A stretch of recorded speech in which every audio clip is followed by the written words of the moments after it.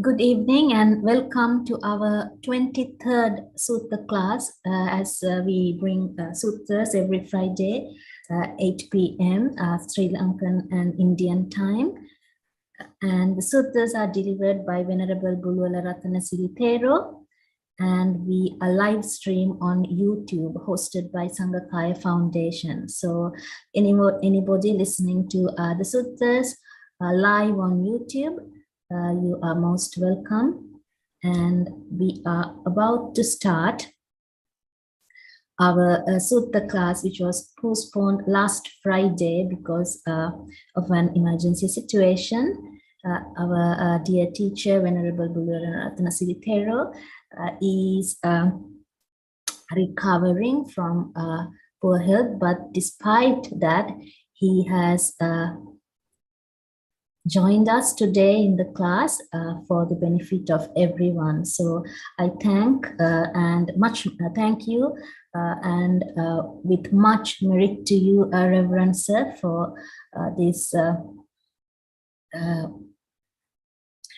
teaching task, which is not easy. We are using technology in a very difficult time period for the country. So I thank you very much for continuing to deliver the suttas. So it is 8 p.m. now. So I invite our esteemed teacher, Venerable Bulwala Ratanasiri Thero, to start today's Sutta class, our 23rd Sutta class. Good evening. Let's start our Sutta class. Today the Sutta is Aggivacchagotta. As you know, it is in Majjhima Nikaya. The commentary for Majjhima Nikaya is Papancha Sudani. Vacchagotta Sutta reveals Buddha's attitudes, the views of the time. So we have to study this sutta carefully to understand the views of the Buddha. One day, an ascetic called Vacchagotta paid a courtesy visit to Buddha. He wanted to discuss the 10 metaphysical questions dominated all over India at that time. Vacchagotta presented these 10 metaphysical questions to the Buddha. The Buddha answers in negative form. Aggivacchagotta, she was disgusted with the Buddha. He was not happy with the answers of the Buddha. Then Buddha explained him about the 10 metaphysical questions and his attitudes towards them. Before to discuss these 10 metaphysical questions, we have to understand what are those metaphysical questions. Metaphysical metaphysics in the sense means they are not empirical elements. They are not physical. They are mental. So these questions can be understood. The person who has developed extrasensory perceptions, clairvoyance, clairvoyance. With clairvoyance, the person can understand. So Buddha refused to answer those questions because a normal person can't understand them. So Buddha did not answer the question because Vacchagotta was a normal person. He could not understand. So the Buddha did not answer. Buddha had the four method in communicative approach. In answering questions, Buddha had four techniques. Ekansa Vyakaraniya. That means the Buddha answer at once, directly. That is Ekansa Vyakaraniya. And then Vibhajyakaraniya. The second method is that he divide the questions and answer, give the answer. Then Patiputtakaraniya means he asks questions from the person who asks questions. He asks questions and he create the discussions and give the answer. And the fourth one is he is called Tapaniya. He does not answer because the answer is not necessary to realize Nibbana, to cease dukkha, suffering. So the Buddha did not answer such questions. That is called Tapaniya. So Buddha toward the 10 metaphysical questions, Buddha applied two methods, Patiputtakarani and Tapani. Let's see those. What are those 10 metaphysical questions? The first one was whether this universe or world, cosmos, eternal. Buddha,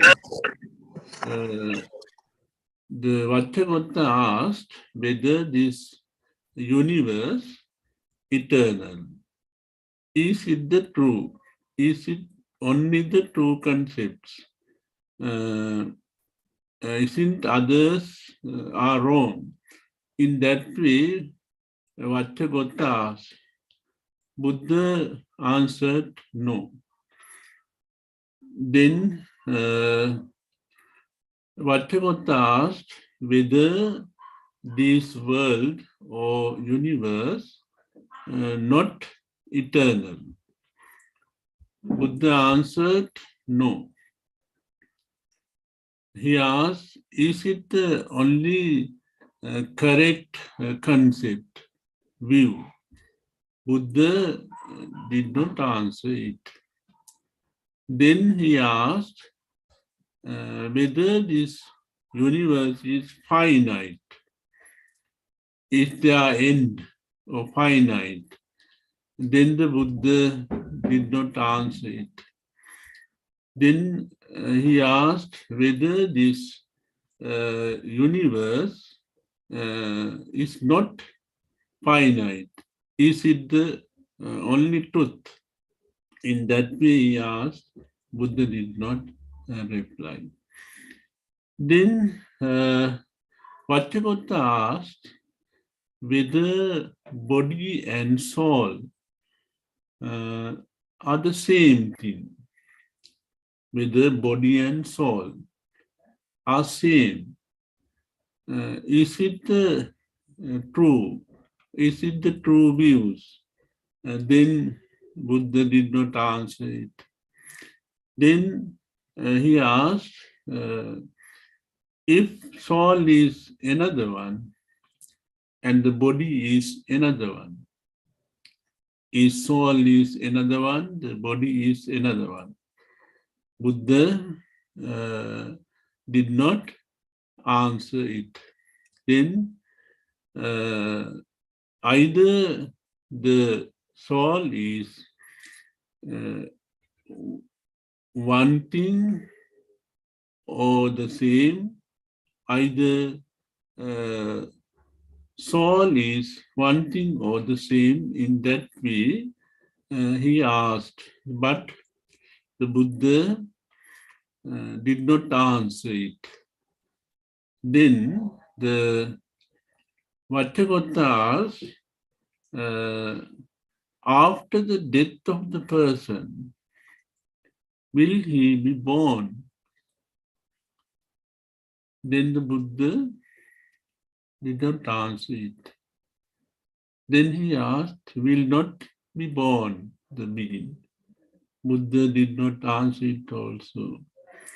Whether born or not born, in that way, he asked these 10 metaphysical questions. The Buddha did not answer them. Now, when we refer those 10 metaphysical questions, we can understand throughout these 10 metaphysical questions, there is eternalism, Sasvatavada, and nihilism, Uchchedavada, and skepticism, Sansayavada. So these metaphysical questions dominated all over these three dogmatic views. Then let us see why Buddha did not answer them. Aggivacchagotta asked, you did not answer any questions. Then the Buddha said, I did not answer these questions because they are not relevant to Sise's dukkha. They are of suffering. They are of desert of views. They are interwoven in views. They are subjected to suffering. They are subjected to desire. They are for anger, delusion. In that way, the Buddha said, what I explain you, this is matter, Rupa, Vedana, Sanya, Sankhara, Vijnana. In that way, and this is matter. Now, this is the origin of matter. This is the cessation of matter. That's I answers those questions, such questions. This is pain, Vedana. This is the origin of pain, feeling. This is the cessation of feeling. And this is the origin of perceptions, sankhara. This is the cessation of sankhara. And this is the way to cessate sankhara. That's how I explain. And this is consciousness. This is the origin of consciousness. This is the cessation of consciousness. That way I preach Dhamma emphatically. Buddha answered him. Then Buddha explained him about these 5 aggregates. These 5 aggregates, the origin of these 5 aggregates, how to cessate these 5 aggregates, and Buddha explained him how to understand those metaphysical questions. So you need not to bother about these metaphysical questions. You have to think of the empirical ones, Buddha said. Then the Buddha explained him about dukkha, suffering. This life is subjected to suffering. Jati, jara, vyadi, marana, soka, parideva, dukh, domnas. In that way, Buddha explained about the suffering and the cause of the suffering, craving. Buddha explained him. Then the cessation of suffering and the way towards the suffering. In that way, Buddha elicited the Aggivacchagotta's mind from the metaphysical questions, because the metaphysical questions is far away, it is far-reaching, it is far-fetched, can't be achieved. So Buddha gradually elicited the mind to the from the metaphysical questions to the physical ground. Then the Buddha began to explain his Dhamma. So the Buddha took example that is fire.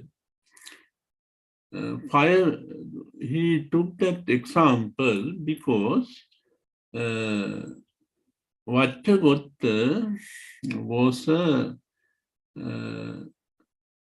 ascetic who performed fire rituals. He sacrificed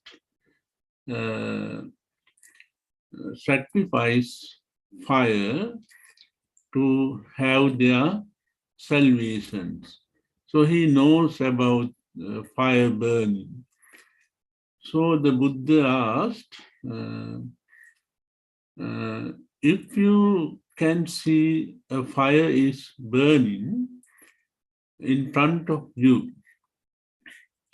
Now Buddha asked, suppose there is a fire burning in front of you. Can you see that fire? Then Aggivacchagotta asked, yes, I can see the fire.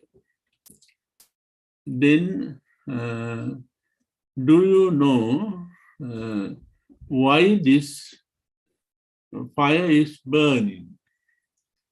This fire is burning because of firewood, fuel.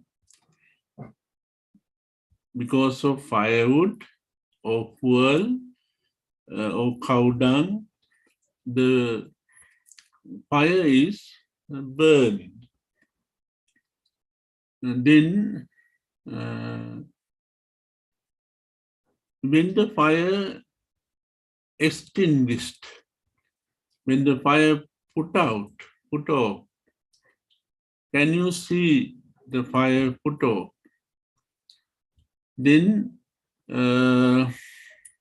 Buddha asked, why that fire extinguished? Aggivacchagotta answered, because the fuel was over, there is no fuel, and there is no extra fuel. That's why that fire put out. He answered.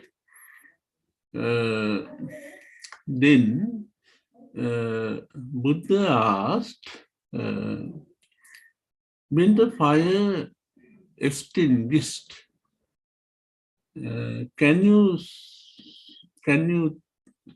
tell me what directions it went out? What directions it went out? Then the Aggivacchagotta answered, it does not suit. That question does not apply. It does not suit. That means he can't say when the fire put out, what directions it goes. In that way, taking the fire as a metaphor, that fire burning, Aggivacchagotta knows well. So Buddha took that example as a visual aid, fire, and began to explain the Dhamma. Buddha explained, I am the person who sees rupa, matter. I am the person who has ceased feeling, vedana. I am the person who has ceased perception, sanya. I am the person who has ceased mental formation, sankara. I am the person who has ceased consciousness. So I am Arahant.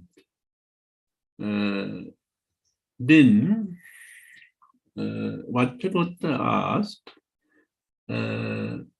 what happened to such noble person after the death?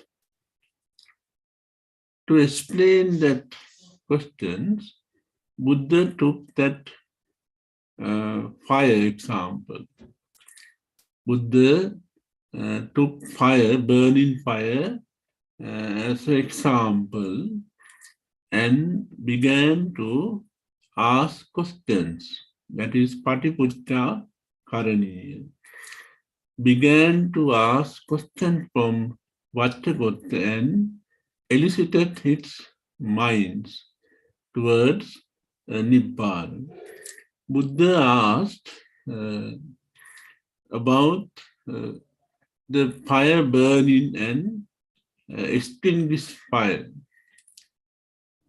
Buddha questions the Aggivacchagotta answered them, and gradually he understood. Then Buddha explained such noble person. After death of such noble person, it happened just like a extinguished fire. The fire extinguished, but we can't see which direction, to which direction it went. We can't see. In that way, when that noble person dies, that what happened. We can't see there is reborn. We can't say there is not a rebirth in that way, because if we say there is rebirth, it comes under view. Buddha is not under view. So Buddha explained this sutta that he is not under view. In that way, the Buddha explained these metaphysical questions. This same 10 metaphysical questions brought one day one bhikkhu called Tulla Manunkaputta. He also brought these 10 questions. He said that if the Buddha did not answer these 10 metaphysical questions, he will leave the Buddhist order. So we can understand during the time of the Buddha, these 10 metaphysical questions dominated all over India. You know, there were so many teachers, religious teachers. They answered those 10 metaphysical questions. Those who fell under eternalism, those who fell under nihilism, those who fell under skepticism. Now, like Purana Kassapa, one of the contemporary 6 teachers of the Buddha, Purana Kassapa answered those questions as an eternalist, Sāsvata Vāda, Purana Kassapa. And Ajita Kesakambali, he answered as a nihilist, Uchcheda Vāda. And there is Sanjaya Bellatiputta.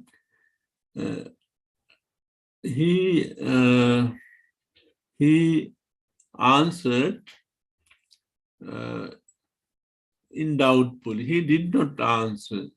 It may be. The person may be born or not may be born, may not be born. In that way, he kept skepticisms. But Buddha did not fill those extremes. Buddha did not come to that views. He refused those views and he explained them. He treat his Dhamma empirical way, not the metaphysical way. This is dukkha, this is dukkha samudaya, this is dukkha nirodha, this is dukkha nirodha marga, the 4 noble truths, and the dependent origination. He explained. through his doctrine of Four Noble Truth, he explained how to overcome these, these suffering and have emancipation or the Nibbana. Through his doctrine, dependent origination, he explained the method of how to overcome these sufferings. Now take Four Noble Truth: Dukkha, Samudaya, Nirodha, Marga. This Four Noble Truth is the nature of the being. It reveals the nature of being. The noble truth of dukkha. What is dukkha? That is, it is not merely suffering. Dukkha is unsatisfactory. How that unsatisfactory comes out? Jatipi dukkha, jarapi dukkha, vyadipi dukkha, maranampi dukkham. Apihi sampayogo dukkho, pihi vipayogo dukkho. Yampitan nalabati tampi dukkhang sankittena panchupada nakkanda dukkha. Now you can understand any human being. If we take any human being, poor person, rich person, powerful person, he has to undergo those suffering. Jatipi dukkha. When he is born, he have to undergo so many pains, sufferings. Jarapi dukkha. When he get old, he feels sorrow. He can't live without getting old, decaying. And then death and sickness. And if you took departure from your beloved one, you feel pain or suffer. Yampitan nalabati dukkham. If you lost what you want, then you feel they are suffering. Then, in nutshell, we can say these five aggregates depend on unsatisfactory. That is, in that way, Buddha explained. Then, craving the cause for dukkha, craving. Kama tanha, bhava tanha, and vibhava tanha, craving. Then cessation of craving is nibbana. That is saupadisesa nibbana and anupadisesa nibbana. Then the way towards nibbana is following the eightfold path: be samma ditti, samma sankappa, samma vacha, samma kammanta, samma ajiva, samma vayama, samma sati, samma samadhi. In that way. Now that is Four Noble Truth. Then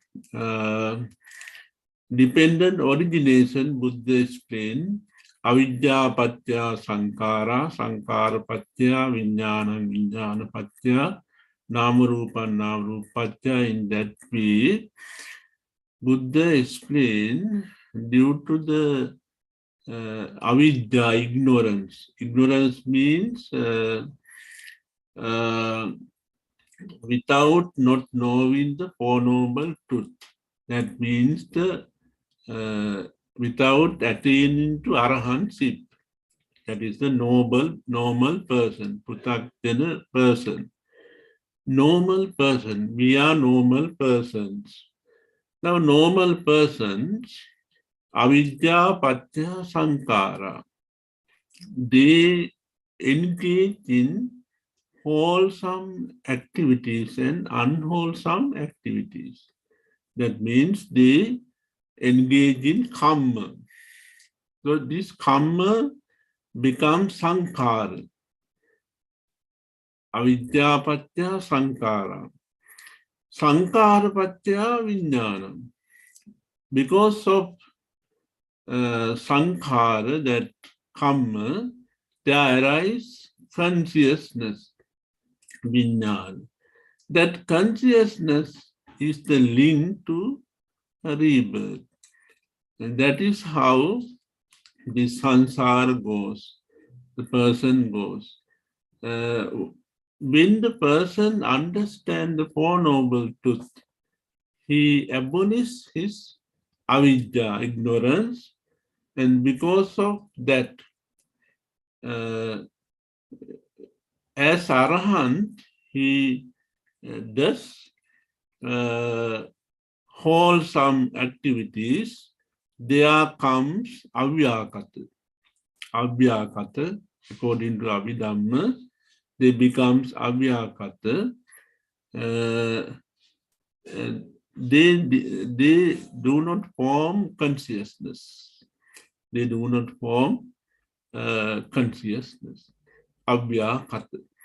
So, in that way, the Buddha explained how Arahant ceases his karma and there is no rebirth. That's how the Buddha explained to Aggivacchagotta, when the fire extinguished, when fire put off, where to go fire? What directions? Can anyone say it? No, anyone can't say. So that is the position of the Arahant after the death. So Buddha explained Aggivacchagotta. Then Aggivacchagotta was very happy. At last, Aggivacchagotta said, I understood well. You explained me. When the person is in dark, you lighted the lamp. When the person is nowhere, you showed the way to go. In that way, he praised the Buddha. He was very happy and he appealed that, please recognize me, please expect me as your disciples. Then he became the Buddhist Upasaka. Later he became Arahant. He was an ascetic. He performed fire rituals. He sacrificed fire according to his doctrine, but he gave up all those things and he became the disciple of the Buddha. Now, that's all. Today, I am not well, so I would like to stop my Sutta lesson with this. Thank you very much for you listening to me. Blessing of the triple gems be showered upon you. Thank you very much. Much merit to you, Venerable Bulwala Rattanasiri Thero, after being in poor health for almost a week now and still with fever. Thank you so much for being determined to conduct today's 23rd Sutta, and we wish you a very speedy recovery and bounce back to good health with the blessings of the Triple Gem. Thank you and much merit to you once again. So if our listeners have any questions, please use the QR code that you see on the screen, or you can use the link that had been shared through the social media groups to send us requests for future suttas. If you do have a question, please feel free to unmute the microphone and ask your question. Or you can even send in your question through the YouTube channel in which we are live streaming right now. So we will wait for a couple of minutes to see if there are any questions. If not, we will conclude today's session. So I'm just checking to see if anybody's sending us a question.